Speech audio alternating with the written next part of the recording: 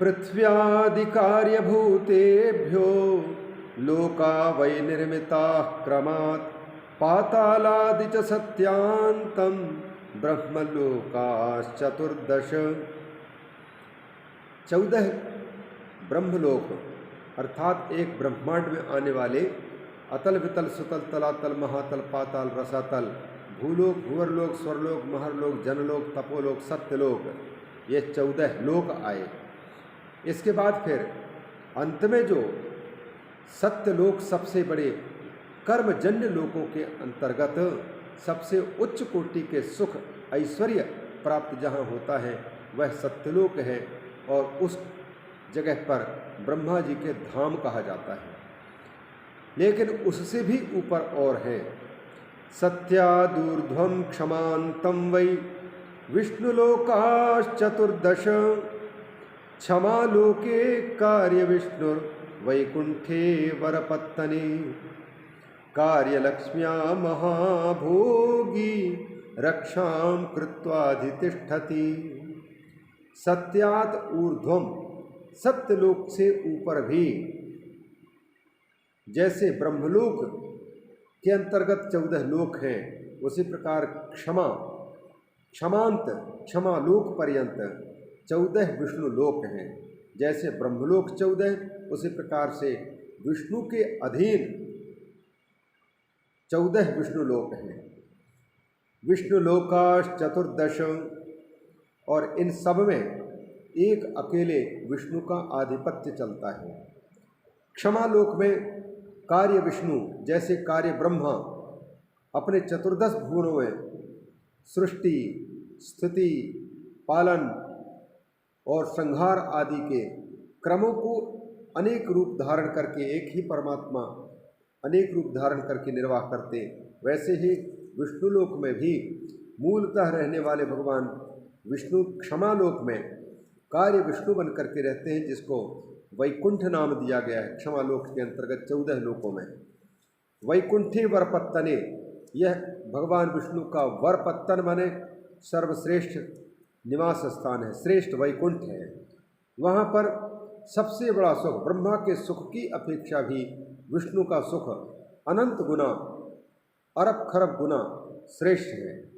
वहाँ पर कार्य विष्णु कार्य लक्ष्मी के साथ में निवास करते हैं, और क्योंकि उनका भोग महाभोग है, बड़ा भोग है सुख, इसलिए उनको महाभोगी कहा जाता है। और जैसे ब्रह्मा एक ब्रह्मांड के रक्षा के दायित्व लिए हुए हैं, उसी प्रकार से क्षमालोक के अंतर्गत आने वाले 14 वैकुंठ 14 विष्णु लोकों के आधिपत्य संभालते हैं भगवान विष्णु। अतः उन सब की रक्षा करते हुए वहाँ पर लक्ष्मी जी के साथ में निवास करते हैं। कार्य लक्ष्म्या महाभोगी रक्षां कृत्वाधितिष्ठति। अब इस क्षमालोक के ऊपर में भी लोकों की कल्पना है शास्त्रों में। तदूर्ध्वगाश्च शुच्यन्ता लोकाष्टाविंशति स्थिताः। क्षमालोक से ऊपर भी ब्रह्मलोक और विष्णुलोक के 14 भुवन, इनसे बिल्कुल इन्हीं के ही बराबरी करने वाले 28 लोकों वाले एक निवास लोक, जिसको रुद्र लोक कहा जाता है। तदूर्ध्वगाश्च शुच्यन्ता, शुचि लोक पर्यंत कितने लोक हैं? 28 लोकाः स्थिताः, 28 लोक विराजमान हैं। और इन सब में शुचि लोक में कौन रहते हैं? शुचि लोक, जैसे वहाँ विष्णु लोक के अंतर्गत क्षमांत लोक के अंतर्गत वैकुंठ भगवान विष्णु के निवास धाम राजधानी की भांति, उसी प्रकार से शुच्यंत लोकों में एक अकेले रुद्र का आधिपत्य है। और आधिपत्य जब करते हैं तो उनकी राजधानी जहाँ वो रहते हैं उसका नाम है कैलास, शुचिलोक। शुचिलोके तु कैलासे रुद्रो वै भूत हृद स्थितः। संपूर्ण भूतों के हृदय में स्थित रहने वाले भगवान रुद्र का निवास है। इस प्रकार से 28 लोकों के आधिपत्य एक रुद्र के ऊपर में है। षडुत्तराश्च 50 अहिंसान्तास्तदूर्ध्वगाः फिर इस शुचि लोक के ऊपर में भी, शुचि लोक से ऊपर 28 दूनी 56 लोक और ऊपर हैं। षडुत्तराश्च 50, षड उत्तर 50 माने 50 के ऊपर में 6, 56 ये कहाँ तक फैले हुए हैं? अहिंसांताः, अहिंसा लोक पर्यंत, जहाँ पर जीव की कभी हिंसा नहीं होती। और इस संसार में रह कर के जिन साधु सन्यासियों ने जीव मात्र को अभय प्रदान किया है और किसी की हिंसा नहीं करते, मनसा वचसा कर्मणा, ऐसे लोग ही क्रमशः अंतःकरण का शोधन करते हुए उन धामों तक पहुँच सकता है, अहिंसा लोक पर्यंत। षडुत्तराश्च 50 अहिंसांतास्तदूर्ध्वगाः, शुचि लोक के ऊपर में 28 लोक आगे हैं। वो कौन से लोक? अहिंसा पर्यंत, अहिंसा लोक सबसे अंत में, तो पूरे के पूरे अहिंसा लोक कहलाते हैं। अहिंसा लोकम आस्थाय, ज्ञान कैलाश के पूरे, ज्ञानमय कैलाशपुर में, वहाँ पर कौन रह रहे हैं? कार्य रूप महेश्वर रहते हैं। जैसे कार्य विष्णु, कार्य ब्रह्म, कार्य ये रुद्र भी, ये कार्य ईश्वर कहलाते हैं, कार्य ईश्वर। इनका नाम महेश्वर है। एक रुद्र है जो 28 लोकों के मालिक हैं, अधिपति हैं। लेकिन उससे भी ऊपर ये शुचि लोक से ऊपर अहिंसा लोक पर्यंत जो 56 लोक हैं, इनके अधिपति महेश्वर, जिनका एक रूप है रुद्र। कार्येश्वर स्थिरोभावम सर्वान कृत्वाधितिष्ठति, इस जगह पर भगवान ज्ञान रूप कैलाश, ज्ञानात्मक कैलाश में महेश्वर निवास करते हैं, सबको तिरोभाव करके, सबको अपने में समेट करके, स्वतंत्र सत्ता और किसी के नहीं, बल्कि सबका विलय एकमात्र महेश्वर में हो चुका है। सर्वान तिरोभावम कृत्वा अधितिष्ठति। इसके बाद काल का चक्र वहीं पर रुक जाता है। काल की सीमा में आने वाले ये सारे लोक हैं। ब्रह्मलोक, एक ब्रह्मांड के 14, और फिर विष्णुंड या विष्णु लोक के अंतर्गत 14 विष्णुलोक, फिर रुद्रलोक के अंतर्गत 28 रुद्रलोक, फिर उनके ऊपर में 56 लोक महेश्वर के। यहाँ तक काल की गाल है। काल यहाँ तक के शरीरों को प्रभावित करता है, अर्थात इन सबको शरीर परिवर्तित करना पड़ सकता है और दूसरे शरीरों में जाना पड़ सकता है। शरीरांतर को छोड़ करके शरीरांतर को ग्रहण करना पड़ सकता है, और कालानुसार व्यक्ति को सुख और दुख की अनुभूति जीव को करनी पड़ सकती है। और इससे आगे काल चक्र, तदंते काल चक्रम ही, अंत में वही काल का आवरण आखिरी में है। काल की सीमा में आने वाले बस इतने हैं।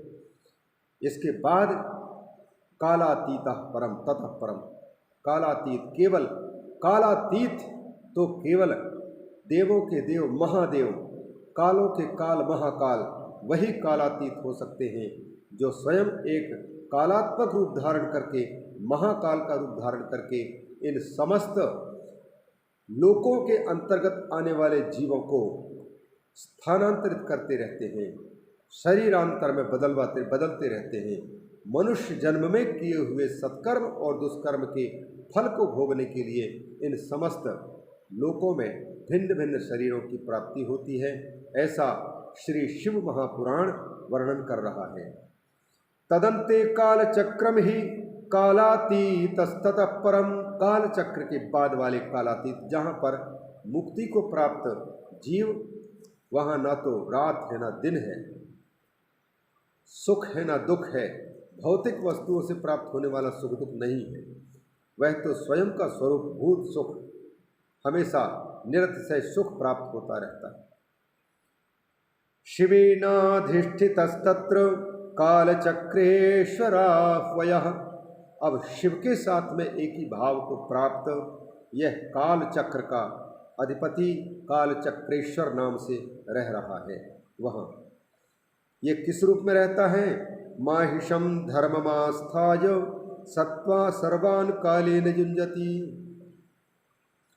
महिष वपु, महिष का रूप धारण करके, जो माहिष धर्म है उस धर्म का रूप धारण करके और निवास कर रहे हैं।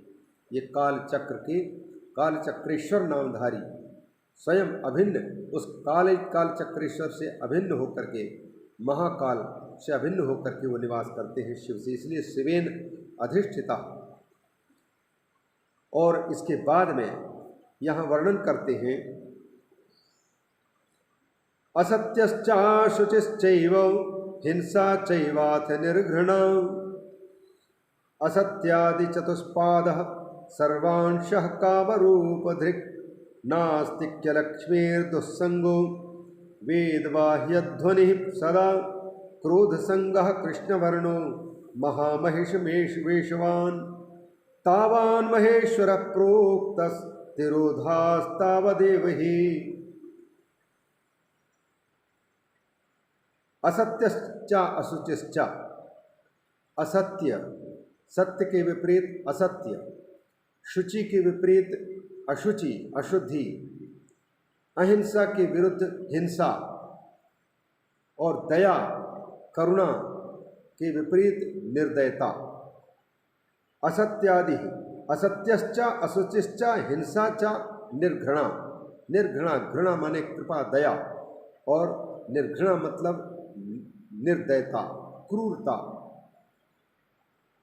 ये असत्य आदि चार पाद कामरूप धारण करने वाले शिव के अंश कहे जाते हैं। अब जो विलक्षण वर्णन है मानवीय बुद्धि से परे की बात है। ये सारे के सारे अधर्म अंश कहला सकते हैं, तो क्या भगवान शिव जो धर्म पर आरूढ़ होने वाले हैं, क्या वो अधर्म के इन स्वरूपों को धारण किए हुए इनको सत्ता स्फूर्ति देते हुए अधर्म को भी वही प्रेरित कर रहे हैं? असत्य अशुचि हिंसा निर्दयता, ये असत्य आदि पाद, ये चार अधर्म के चरण हो सकते हैं। कामरूप धारण करने वाले मनमाने ढंग के रूप धारण कर लेते हैं। असत्य भी कई बार सत्य के रूप में दिखाई देने लग जाए, अशुचि अपवित्रता भी कई बार पवित्रता के रूप में दिखने लग जाए, हिंसा भी अहिंसा के रूप में प्रतीत होने लग जाए, निर्दयता भी कभी कभी ये क्रूरता के रूप में दिखाने लग जाए। तो इस प्रकार ये कामरूप धारण करने वाले मतलब मनमाने रूप धारण करके होने वाले ये सब के सब शिव के अंश हैं, ऐसा कहा जा रहा है। अब वो शिव के अंश कैसे हैं? असत्य भी, अशुचि भी, हिंसा भी, निर्दयता भी, यह तो विस्तृत विचार विमर्श का विषय है। नास्तिकता युक्त लक्ष्मी, अब देखिए असत्यादि चतुष्पाद सर्वांशः कामरूप धृक् नास्तिक्य सर लक्ष्मीर, नास्तिकता से युक्त लक्ष्मी जी, दुस्संग बुरा संग, वेद बाह्य ध्वनि ही वेद बाह्य शब्द, उसी प्रकार से क्रोध संग क्रोध का संग और कृष्णवर्ण, ये सब के सब उस महामेशवान महामहिष वेशवान, ये माहिष धर्म का रूप धारण करके जो निवास कर रहा है वहाँ पर ये सब के सब निवास करते हैं। ये महामहिष के रूप वाले हैं। जो धर्म है, धर्म माहिषम धर्मम आस्थाय, तो माहिष धर्म को लेकर के ये सब असत्य अशुचि हिंसा निर्दयता आदि की भी चर्चा आ रही है। और इनको यद्यपि यहाँ पर सर्वांशः दंत शकार लिखा है, तालव्य शकार होता तो सर्वांशः अर्थात शिव के अंश, यह अर्थ निकल सकता था, जैसा कि हिंदी वालों ने उसी प्रकार से लिखा भी है, यह शिव के अंश है। पर दंत सकार यहाँ पर है तो क्रोध संगः कृष्ण वर्णो महामहेश वेशवान तावान महेश्वर प्रोक्ता, यहाँ तक भगवान महेश्वर का विराट स्वरूप वर्णित हुआ।